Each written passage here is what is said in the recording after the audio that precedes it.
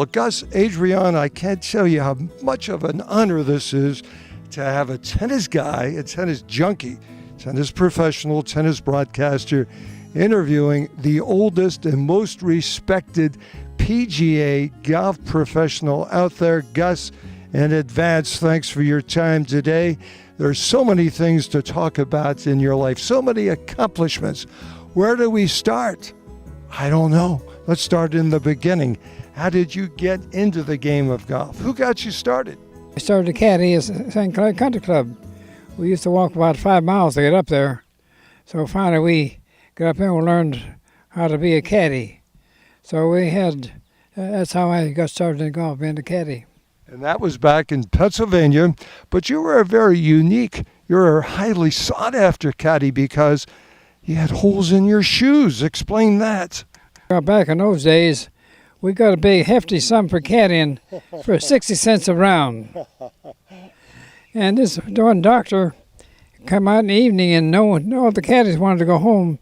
I did too, but I happened to be one that stayed there a little longer than others. And so I used to get him in the evening for 9 holes. And I had holes on the bottom of my shoe, and I know he couldn't see very well, and he only wanted to play 9 holes.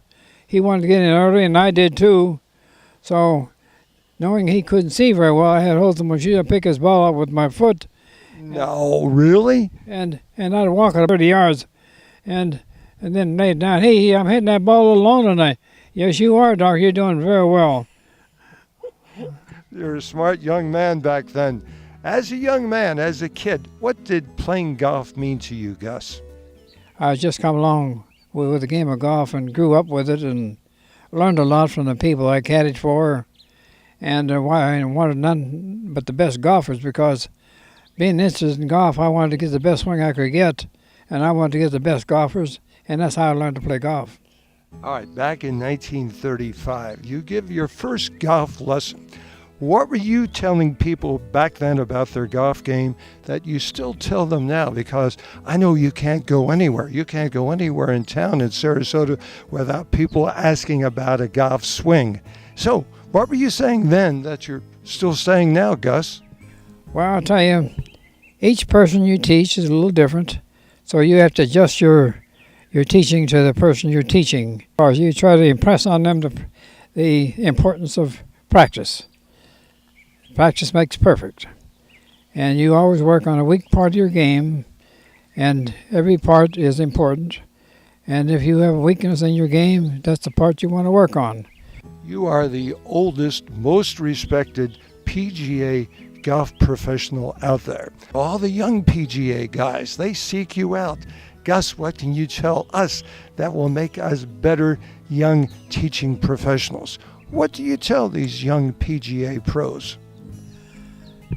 You take your student, and you have to try to sum up what this man is capable of doing with a golf swing, because each person is different, and some people can come along and be a better golfer because they're physically fit for that, but the others are not. So you got to make sure that that what you're teaching them is something that they can do physically, and you have to let them know that there's a limit to how far they can go, because after all, everyone likes to be a good golfer, but they're not physically set for that.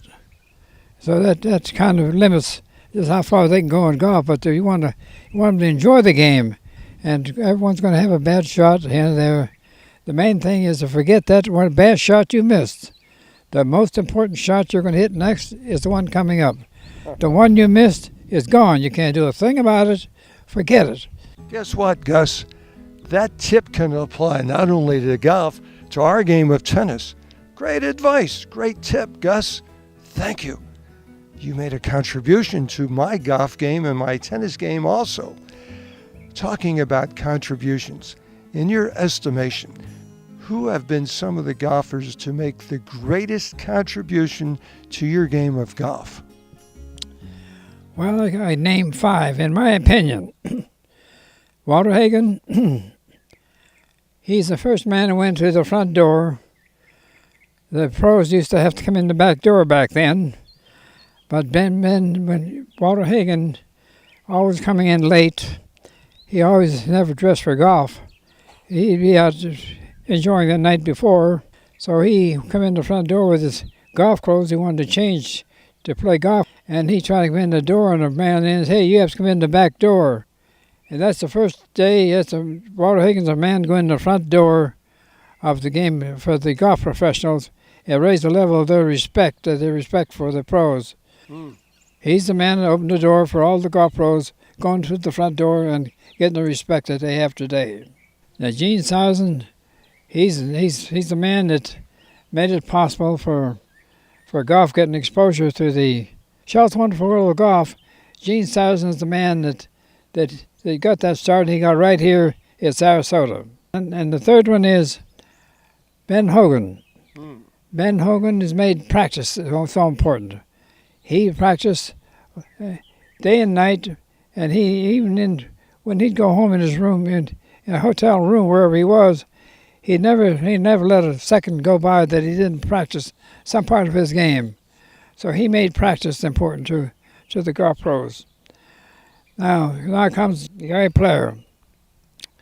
Gary Player made him the part of being physically fit, a very important part of who you are today. He made physical conditioning very important. And now comes Arnie Palmer. Arnie Palmer is a man who made the fans so important, because without fans, you don't have the sponsors. And he got the fans out. He called what Arnie's armor. Of course, now that's not the only part. His game spoke for itself. As what he's done for golf, he raised the level of what they play for today, and they call him the king.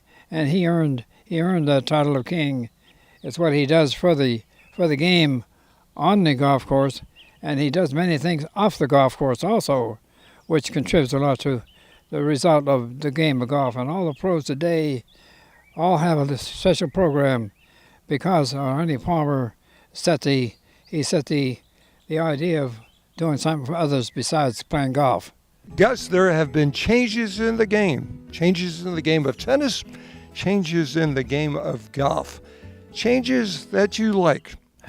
The thing I like about the game of golf is the level at which they score today. The equipment change, the clubs, the golf balls, those two important things that they made today.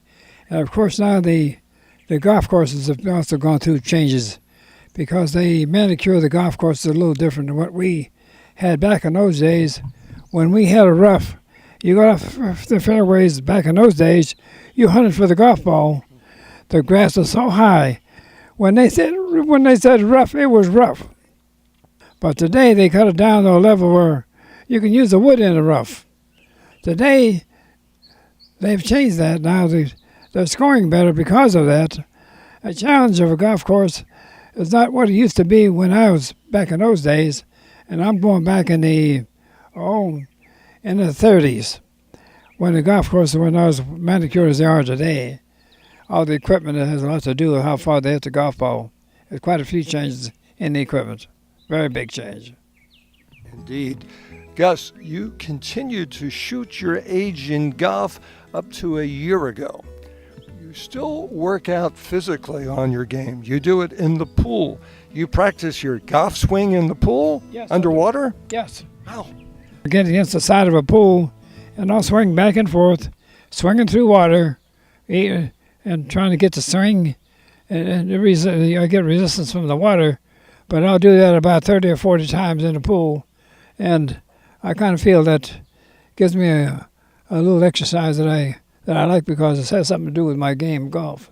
Gus, you were recently honored with the highest level of honor from France. You received the Order of Legion honor for serving in World War II.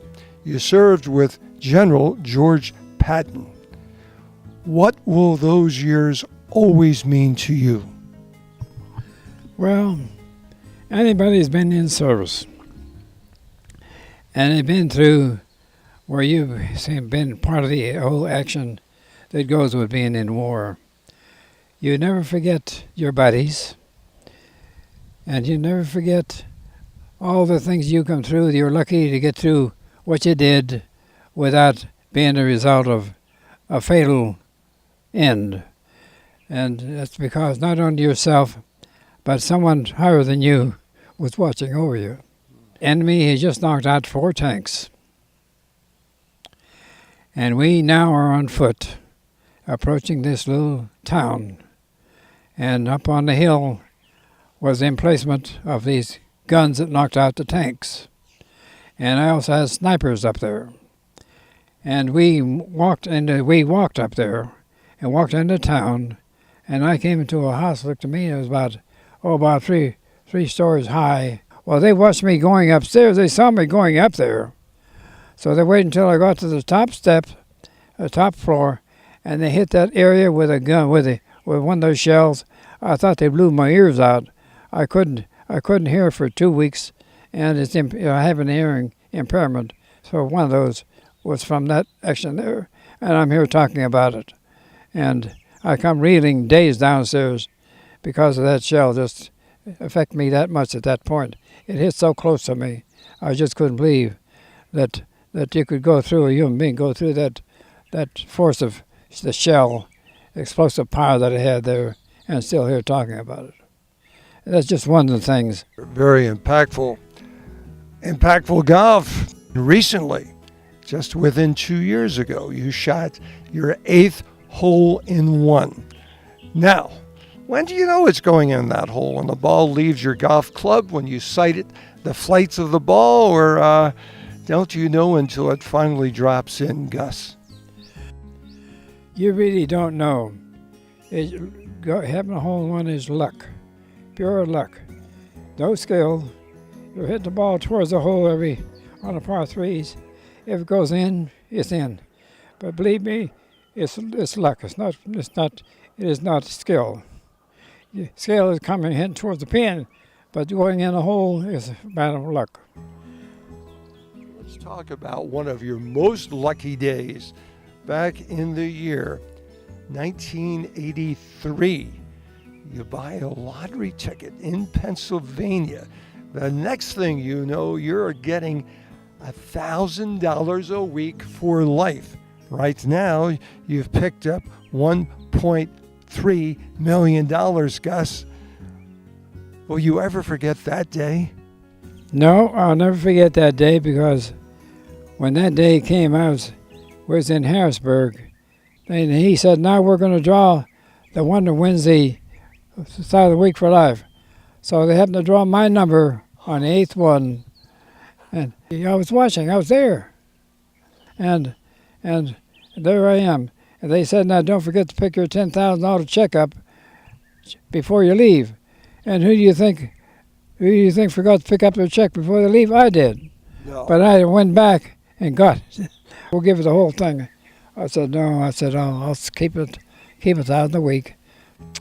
Gus, you have not shared this passion of golf alone. Your beautiful wife, Betty, loves this game as much as you. You share this passion for golf together. All of a sudden, Betty's passion for golf is displayed in the movies on the big screen. She's in Caddyshack. She's in the pool, and something's floating by the pool there. Tell us the rest of that story. This is very exciting. That was your club down in Plantation? Plantation, that's where I played. But she managed the golf shop there, and that's why she became in the scene. So as a result, why she's the one. I was not there at the time. So it was afterwards that I heard, like everyone else, what happened. So we saw her coming out on the pool, and we keep talking about her being in the scene. She came out when the candy bar was found, and they drained the pool, and Betty was part of that. I remember. What's it been like sharing your passion for golf with the man that you're passionate about right now? This guy, Gus, is okay, isn't he? Yes. Well, my dad gave me golf lessons since I was 8 years old, and he passed away, and I wanted free golf lessons, and Gus came along. Free golf lessons. For life. For life. And Here you are in Sarasota with the Cos doing a golf interview on a tennis TV talk show. Gus, what an honor you just gave me today and our audience. Golfer, tennis player, we are proud of this guy. Thank you, Gus. Thank you very much. Thank you very much. It was a pleasure being here and airing out all my experiences that I went through life here. And talking to this man here is something that I enjoyed very much. Not as much as I did. Let's keep alive our love of golf and tennis together. Yeah, I'll endorse that. Let me tell you, a century goes faster than you think.